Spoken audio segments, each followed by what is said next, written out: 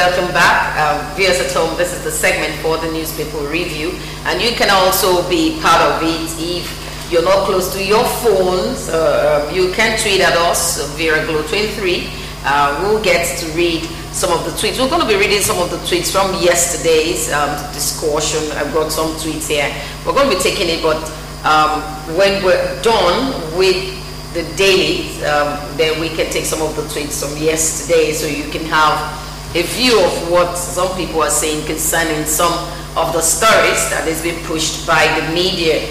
We have this one this morning, and it's from Vanguard newspaper. It says DSS charges ex-NSA Dansuki and Dansuki to court.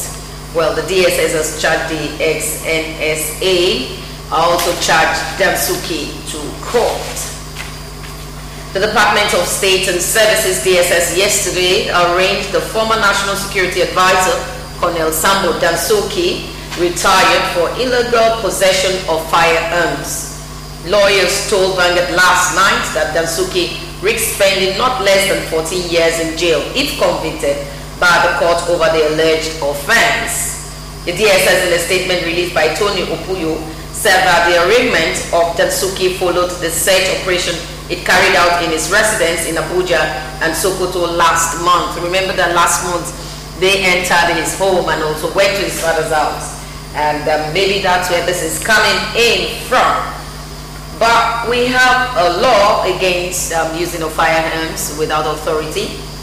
And you can get it in under our Constitution, subsection 1 and then A of the Firearms Act, and that's the cap of F28 in our Constitution, and this was amended in 2004. And so you can get to read about it to see why he's been arrested and why he's been arraigned, okay, before the magistrate court.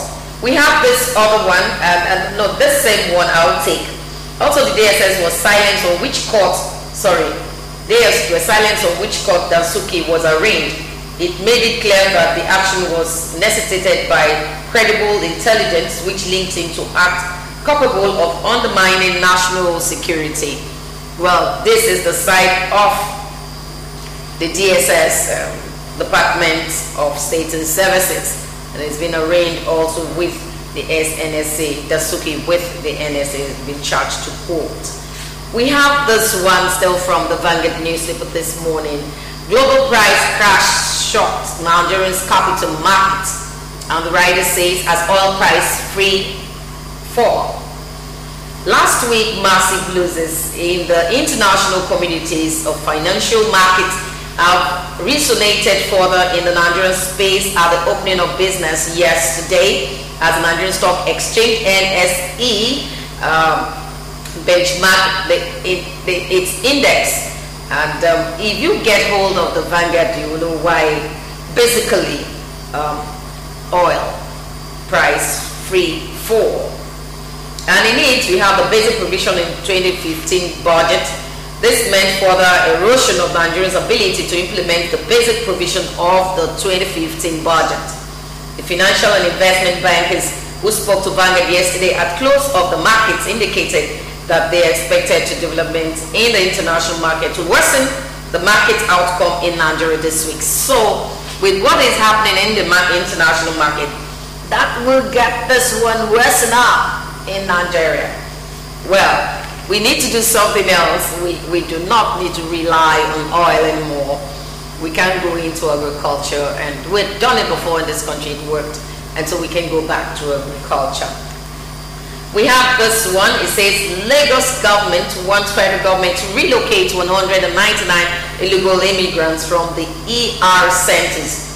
The Lagos state government has urged the federal government to prevail on its agencies and the Ministry of Internal Affairs and the Nigerian Immigration Service to take up their statutory responsibility by relocating 199 illegal immigrants currently camped at the Lagos Emergency Resettlement Center, that's the ERCs in Igondo, Alimosho local government, and also in Ikorodu, back to their homes, countries. And so please, Lagos State is saying enough, go take them back. We do not want them here. Where will they go to? That's the question. But why should they be put in Lagos State? That's what the government is saying here. Well, we take this other one, and it says purchases. Federal government named 13-man panel to probe Yaradua and Jonathan. This is a big one. In Abuja, President Muhammadu Buhari yesterday set up a 13-man committee panel to probe two of his predecessors, that's the late Umaru Musa Yaradua and Dr. Goodluck Jonathan. Well, the probe, he said, is compulsory, but I'm going to read it. I'm going to read it for you to see why the probe is coming up and the 13-man probe is coming up. He is doing that on the procurement of arms and ammunition for the armed forces. The investigative committee mandate is to identify irregularities and make recommendations for the streamlining of the procurement process in the armed forces. The committee, which was constituted by the National Security Advisor, Major General Babangana Monguno, retired on the directives of the President, is headed by ABM Donode, retired, while Brigadier General Shalangwa is the secretary. Other members are listed. They are Admiral AJ Aihomo, retired, Rear Admiral E. Obo, retired, Major General Adekunga, retired, Major General Aminu Kanu, retired, Major General Retimi Tit, retired, Commando T.M. Okolie, Air Force Commander, that's you, Mohammed, retired. The list is on, and we have someone from the EFCC, Mr. M. Mabu from the EFCC, and EFCC is part of the committee, the 13-man members. So they're going to be looking at the procurement of arms and ammunition for the armed forces. And I have this to say here. The spokesperson, the presidential spokesman, Mr. Femi Adesina, said the establishment of the investigative committee is keeping with the President Buhari's determination to stamp out corruption and irregularities in Nigeria's public office, public service. That's what he's trying to do, and so he's going backwards to look at the procurement of arms and ammunition for the armed forces. And this again is coming from the presidency. He said this is not a government of probes, but of due process, law and order. Meanwhile, the presidency has declared that Buhari's administration is not a government of probe, but of due process and law and order. The senior special assistant to the president of media and publicity, Malam Garba Shehu, who spoke with the Vanguard yesterday, also stated that the administration of the president, Muhammad Buhari, will not shy away from probing the government of the former president, Jonathan, in the face of alleged fraud and corruption. He spoke on this and said that this is it. This is the way the president wants to go about his own duties. So that's it. He said, I don't want to take all the stories because I want you to rush to get the Vanguard. Very interesting today. He says here, let me say that officially nobody is on the probe. Even Dr. Jonathan. People should not make mistake about the fact that what is going on are routine investigations. These are matters that the president has found on a table. So there's nothing like probe. If Jonathan will be probed, you would have heard of maybe an administrative panel of inquiry or judicial panel of inquiry. But these hasn't come to that. These are matters of routine engagement of due process, law and order. Lots of stories here I will not take. It's a large one, and I want you to get the Vanguard yourself, but I'm just going to take this. It wasn't Jonathan's responsibility to probe Obasanjo. Okay, sorry, he said it was Jonathan's responsibility to probe Obasanjo and Yaradua. And so he is to probe Jonathan, isn't it? You can read it up by yourself and see how it's going. We have this other one still with Vanguard before we go into other papers this morning. We're taking the Vanguard this morning. Delta poll, tribunal dismisses Okowa and PDP's application to stop INEC supernet.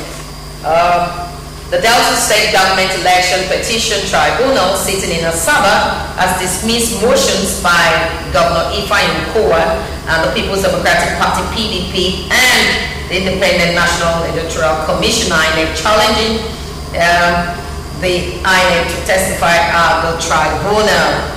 The All Progressive Congress APC and state governorship candidate in the April 11 election, Olorugun Otega Omera, is challenging the declaration of Okowa of the PDP as the winner of the April poll. Otega, being to call witnesses last week, was stayed by 3 fresh applications by Okowa, PDP, and INEC as the trial was to begin. Jonah, good morning to you. Good morning to you. Good morning to you. Yes, I'm listening to you as when you present the land you are trying to ask for the I think I need to hear it very well. Our president was trying very much to make sure that we continue the party corruption in Nigeria. Yes. But I want to keep this as today as a piece of my advice to you that what we are talking corruption, it should not be separated. It should not be evaluated by the action or what people are saying about corruption. Because all we are trying to do is to shape Nigeria, reform Nigeria, grant Nigeria, to make sure all of we are beneficiaries of the government. But it should be very straightforward. Proving setting up panel and investigation going on. This shall be all made known to all Nigerians, not one side, should not be part. If you want to prove any part problem, it should not be selected. Okay. The law is there for all Nigerians. It's not the law is not there for some Nigerians, it should be all Nigerians. Whether they want to make a good thing about the government, it should go about proving every Nigerian who is established corruption. Even to the all-part president, all-part general, all-part deputy, it should not be selected. It should not be party one-sided.